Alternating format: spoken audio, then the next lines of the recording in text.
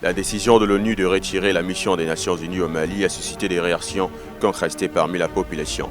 Certains Maliens ont accueilli cette annonce positivement tandis que d'autres estiment que le gouvernement de transition ne se soucie pas des intérêts du pays et de ses citoyens en appelant au départ de la mission de l'ONU. Sur la toile, les avis sont mitigés quant à cette décision. La MINUSMA a été déployée au Mali en 2013 pour contribuer à la stabilisation du pays suite à la crise politique et sécuritaire qui a éclaté en 2012. Depuis lors, la mission a été chargée de soutenir le processus de paix, de protéger les civils et de favoriser le dialogue entre les différentes parties en conflit. Certains Maliens voient le retrait de la MINUSMA comme une étape positive vers une plus grande indépendance pour le pays. Ils estiment que la mission onusienne est douteuse et n'a pas réussi à résoudre les problèmes de fond auxquels le Mali est confronté, tels que l'insécurité persistante, le terrorisme et la gouvernance défaillante.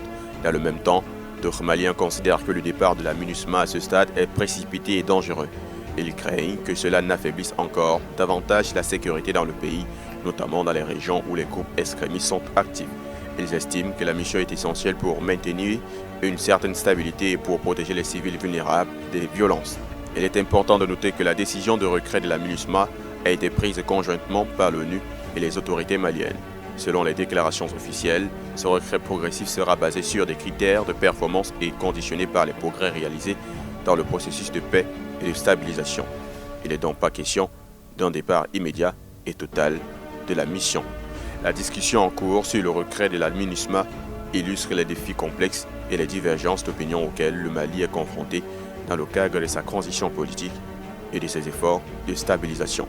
L'avenir du pays et de son parcours vers la paix et la sécurité dépendront de la capacité du gouvernement de transition, des acteurs politiques, de la société civile et des partenaires internationaux à travailler ensemble pour relever ces défis et trouver des solutions durables.